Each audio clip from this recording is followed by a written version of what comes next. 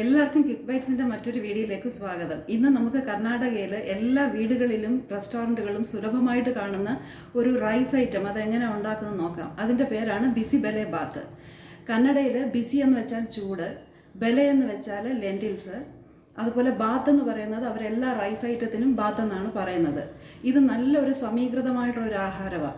ഇതിനകത്ത് പ്രോട്ടീൻ ഉണ്ട്, കാർബോഹൈഡ്രേറ്റ്സ് ഉണ്ട്, ലെൻറ്റിൽസ് ഉണ്ട്, എല്ലാം അടങ്ങിയിട്ടുള്ളൊരു ആഹാരം. അതുകൊണ്ട് കൊച്ചു കുഞ്ഞുങ്ങൾക്ക് തൊട്ട് വയസ്സ് എന്നവർക്കും രോഗികൾക്കും ഒക്കെ നമുക്ക് കൊടുക്കാൻ പറ്റുന്ന ഒരു നല്ലൊരു ആഹാരമാണ് ഇത്. എനിക്ക് പലപ്പോഴും തോന്നിയിട്ടുണ്ട് നമ്മൾ മലയാളി വീട്ടമ്മമാരാണ് കൂടുതൽ സമയം അടുക്കളയിൽ സ്പെൻഡ് ചെയ്യുന്നതെന്ന്. കാരണം എന്ന് വെച്ചാൽ ഒരു 3-4 കൂട്ടം കൂട്ടാനും ചോറും ഒക്കെ നമ്മൾ ഡെയിലി വെക്കും. പക്ഷേ ഇവിടെ എന്ന് വെച്ചാൽ ഇങ്ങനെ ഓരോ റൈസ് ഐറ്റംസ് ആണ് ഇവർ ഉണ്ടാക്കുന്നത്. അത് കാരണം അടുക്കളയിൽ അധികം സമയം സ്പെൻഡ് ചെയ്യേണ്ട കാര്യമില്ല. എന്നാൽ നല്ല പ്രോട്ടീൻ റിച്ച് ആയിട്ടുള്ള സാധനങ്ങൾ തന്നെയാണ് ഈ റൈസ് ഐറ്റംസ് എല്ലാം. അപ്പോൾ ഇതെങ്ങനെയാണ് ഉണ്ടാക്കുന്നതെന്ന് നമുക്കൊന്ന് കണ്ടു നോക്കാം. ഇന്ന് നമ്മൾ തയ്യാറാക്കാൻ പോകുന്ന ബിസി ബെലെ ബാത്തിന് വേണ്ടുന്ന ഇൻഗ്രീഡിയൻസ് ആണ് ഇതെല്ലാം. 3/4 കപ്പ് തുവരപ്പരിപ്പ്, 1 കപ്പ് സോണ മസൂരി റൈസ്. ഈ സോണ മസൂരി റൈസ് കിട്ടിയില്ലെങ്കിൽ നമുക്ക് നാട്ടിൽ കിട്ടുന്ന പൊന്നിയരി വെച്ച് ഇത് ചെയ്യാൻ പറ്റും. പിന്നെ ഒരു 10-15 പിരിയമുളക്, 1/4 കപ്പ് കടലപ്പരിപ്പ്, 1/4 കപ്പ് ഉഴുന്ന്, 1/4 കപ്പ് കശകശ, 1/4 കപ്പ് മല്ലി, 20 ഗ്രാം ജീരകം അതായത് 2 ടീസ്പൂൺ, 1 ടീസ്പൂൺ ഉലുവ, 1 ചെറിയ അച്ച് ശർക്കര, ഒരു 2 ടീസ്പൂൺ മഞ്ഞൾ. പിന്നെ വേണ്ടുന്നത് നമുക്ക് ഈ സ്പൈസസ് ആണ്. ഇതിനകത്ത് ഞാൻ 2 ബേ ലീഫ് എടുത്തിട്ടുണ്ട്, വയണയില. പിന്നെ ഈ ഗ്രാമ്പു എടുത്തിട്ടുണ്ട്, ഒരു 5-6 ഗ്രാമ്പു എടുത്തിട്ടുണ്ട്. പിന്നെ പട്ട എടുത്തിട്ടുണ്ട്. പട്ടയാണ് ഏറ്റവും കൂടുതലായിട്ട് ഇതിന് വേണ്ടുന്നത്. പിന്നെ ആവശ്യത്തിന് ഉപ്പ്. സാധാരണയായിട്ട് ഈ ബിസി ബെലെ ബാത്തിന് നമുക്ക് മിക്സ് വാങ്ങിക്കാൻ കിട്ടും, മസാല വാങ്ങിക്കാൻ കിട്ടും. പക്ഷെ ഞാൻ ഒരിക്കലും അത് വാങ്ങിക്കാറില്ല. വീട്ടിൽ തന്നെയാണ് നമ്മളിത് പൊടിച്ചെടുക്കുന്നത്. അപ്പോൾ അതുകൊണ്ടാണ് നമുക്ക് ഇത്രയും ഇൻഗ്രീഡിയൻസ് ഇതിനകത്ത് വന്നത്. അപ്പോൾ അതെങ്ങനെയാണ് നമുക്ക് വറുത്ത് പൊടിച്ചെടുക്കുന്നതെന്ന് നോക്കാം. ഇപ്പം നമുക്ക് അടുപ്പ് കത്തിച്ചിട്ട് ഇതിന് വേണ്ടുന്ന മസാലകളൊക്കെ ഒന്ന് വറുത്തെടുക്കാം. അപ്പോൾ നമുക്ക് ആദ്യം കടലപ്പരിപ്പും ഉഴുന്നും ഒന്ന് വറുത്തെടുക്കാം. കാരണം ഇതിനകത്ത് ഓരോന്നിനും ഓരോ തരത്തിലാണ് ഇതിൻ്റെ മൂക്കുന്നത്. ചിലത് പെട്ടെന്ന് നമുക്ക് മൂത്ത് കിട്ടും. അത് കാരണം ആദ്യം നമുക്ക് ഇത് രണ്ടും വറുത്തെടുക്കാം. ഒത്തിരി കരിഞ്ഞു പോകണ്ട, എന്നാൽ നല്ലപോലെ ഒന്ന് റോസ്റ്റ് ആവുകയും വേണം. ഇപ്പം ഉഴുന്നും പരിപ്പും നന്നായിട്ട് മൂത്തിട്ടുണ്ട്. ഒരു മണം വരും ഉഴുന്നിൻ്റെ. അപ്പോഴത്തേക്ക് നമുക്കിത് നിർത്താം. ഇനി നമുക്കിതിലേക്ക് ജീരകവും ഉലുവയും കൂടെ ഇട്ട് കൊടുക്കാം. ഇത് ഏകദേശം ഇപ്പം മൂക്കാറായിട്ടുണ്ട്. ഇത് നമുക്ക് നേരത്തെ നമ്മൾ വറുത്ത് വെച്ചിരിക്കുന്ന പരിപ്പിൻ്റെ കൂടെ ഇതും കൂടെ ഇട്ട് കൊടുക്കാം.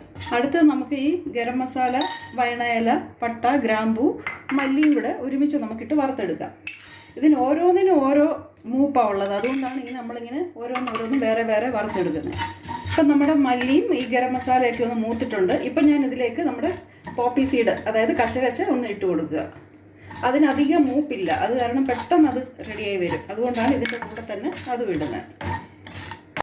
ഇപ്പം നമ്മൾ മസാലയ്ക്ക് വേണ്ടുന്ന ഓൾമോസ്റ്റ് എല്ലാ ഇൻഗ്രീഡിയൻസും വറുത്തെടുത്തിട്ടുണ്ട്. ഇനി നമുക്ക് വറുക്കേണ്ടത് ഈ വറ്റൽമുളക് മാത്രം. അതിനായിട്ട് ഞാൻ കുറച്ച് എണ്ണ ഒഴിച്ചു കൊടുക്കുക.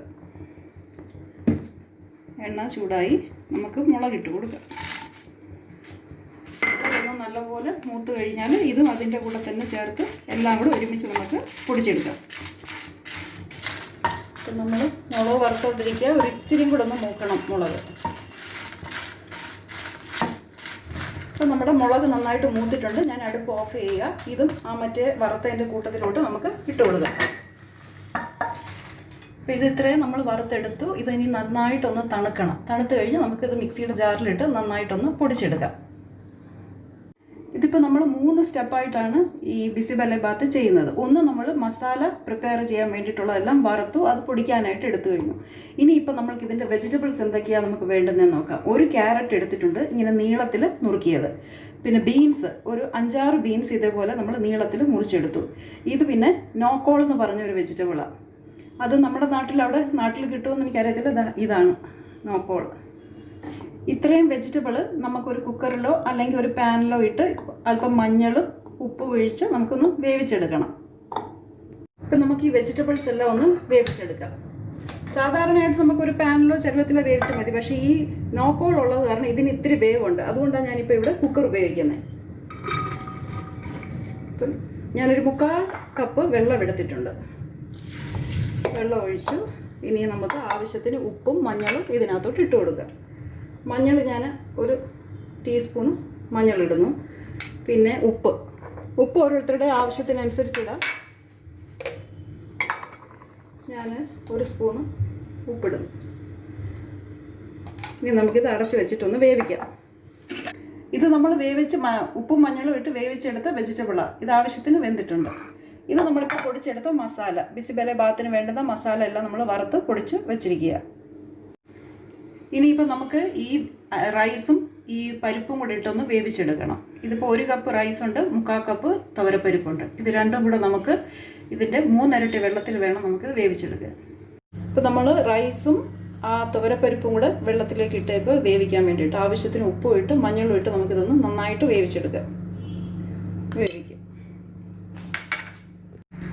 ചോറ് നല്ല പരുവത്തിന് വെന്തിട്ടുണ്ട്. ഇതാ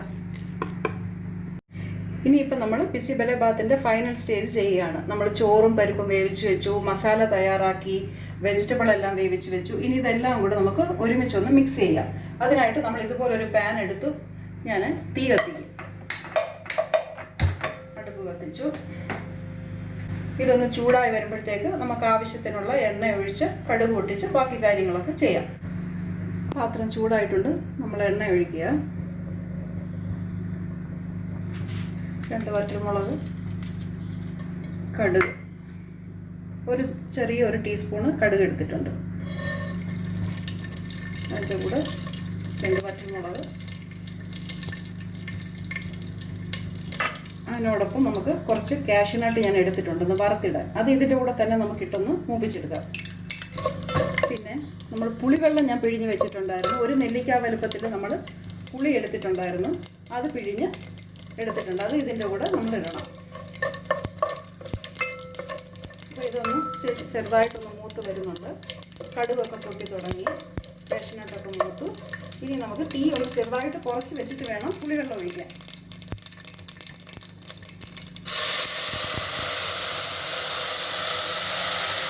ഇപ്പോൾ നമ്മൾ എണ്ണ ഒഴിച്ചു, കടുക് പൊട്ടിച്ചു, പിന്നെ ഈ കാഷ്യൂനട്ട് മൂപ്പിച്ചിട്ട് പുളിവെള്ളം ഒഴിച്ചിട്ടുണ്ട്. ഇനി നമ്മൾ ഇതുവരെ മഞ്ഞൾ ഇട്ടിട്ടില്ലായിരുന്നു. ചോറിനകത്ത് നമ്മൾ മഞ്ഞളിട്ടു. ഇനിയിപ്പോൾ ഇതിനകത്തോട്ട് 1.5 ടീസ്പൂണ് മഞ്ഞളിട്ട് ഞാൻ. അതിനോടൊപ്പം തന്നെ സ്വല്പം കായം, അതിൻ്റെ കൂടെ 1 അച്ച് ശർക്കര,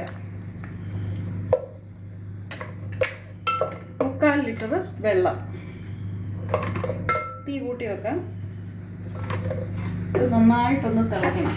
നന്നായിട്ട് തിളച്ച് നമ്മൾ ആവശ്യത്തിനുള്ള ഉപ്പും കൂടി ഇടാം. ചോറിനകത്ത് നമ്മൾ കുറച്ച് ഉപ്പ് ഇട്ടിട്ടുണ്ടായിരുന്നു. വെജിറ്റബിളിനകത്ത് ഇച്ചിരി ഉപ്പ് നമ്മൾ ഇട്ടിട്ടുണ്ടായിരുന്നു. ഇനി ഈ വെള്ളത്തിനകത്തോട്ട് 1 ടീസ്പൂൺ ഉപ്പ്. ഇനി ഇത് നന്നായിട്ടൊന്ന് മിക്സ് ആവണം. ഈ പുളിവെള്ളവും ശർക്കരയും എല്ലാം കൂടെ ഒന്ന് നല്ലതായിട്ട് യോജിക്കണം. ഇപ്പം നമ്മുടെ പുളിവെള്ളവും ശർക്കരയും എല്ലാം കൂടെ നന്നായിട്ട് വെട്ടി തിളച്ചുകൊണ്ടിരിക്കുക. ഇനിയിപ്പോൾ നമുക്ക് മസാല ഇടാം. തീ ചെറുതായിട്ടൊന്ന് കുറച്ച് കൊടുത്തുകൊണ്ട് നമുക്ക് ഈ പൊടിച്ചു വെച്ചിരിക്കുന്ന മസാല ഇതിലേക്ക് ഇടാം.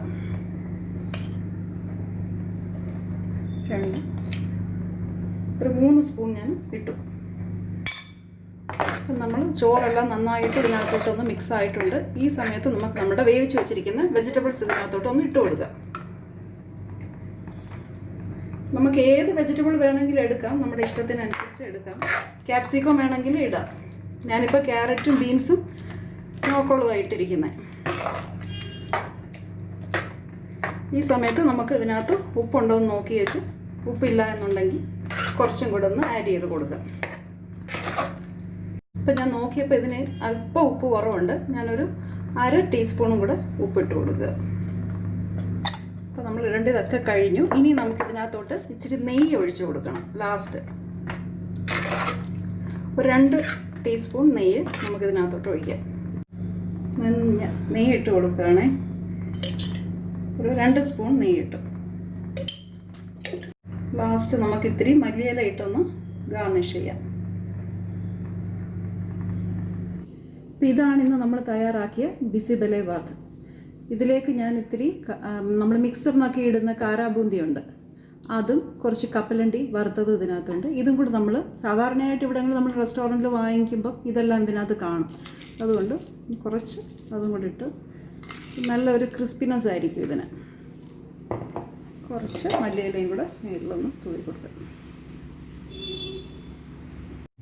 അപ്പോൾ ഇന്ന് നമ്മൾ തയ്യാറാക്കിയ ഈ ബിസിബെലെ ബാത്ത് നിങ്ങൾക്കൊക്കെ ഇഷ്ടപ്പെട്ട് കാണുമെന്ന് ഞാൻ വിശ്വസിക്കുന്നു. പേര് പോലെ തന്നെ ഇത് വളരെ ചൂടായിട്ട് കഴിക്കേണ്ട ഒരു റൈസ് ഐറ്റമാണ്. അപ്പോൾ സ്ഥിരമായിട്ട് നമ്മൾ ചോറും കൂട്ടാനും ഒക്കെ വെക്കുന്നതിന് പകരം ഇടയ്ക്കൊക്കെ ഇങ്ങനത്തെ റൈസൊക്കെ ഒന്ന് ട്രൈ ചെയ്ത് നോക്കാവുന്നതാണ്. പിന്നെ ഇതിൻ്റെ കൂടെ നമുക്ക് റൈത്ത അല്ലെങ്കിൽ നമ്മൾ പപ്പടം ഇതൊക്കെ ചേർത്ത് നമുക്കിത് കഴിക്കാൻ പറ്റും. ഇപ്പം നമ്മുടെ ഈ വീഡിയോ നിങ്ങൾക്ക് ഇഷ്ടപ്പെട്ടെങ്കിൽ തീർച്ചയായിട്ടും ഒന്ന് സബ്സ്ക്രൈബ് ചെയ്യുക, ലൈക്ക് ചെയ്യുക, ഷെയർ ചെയ്യുക. വീണ്ടും നമുക്ക് മറ്റൊരു വീഡിയോയുമായിട്ട് ഉടനെ തന്നെ കാണാം. Thank you so much.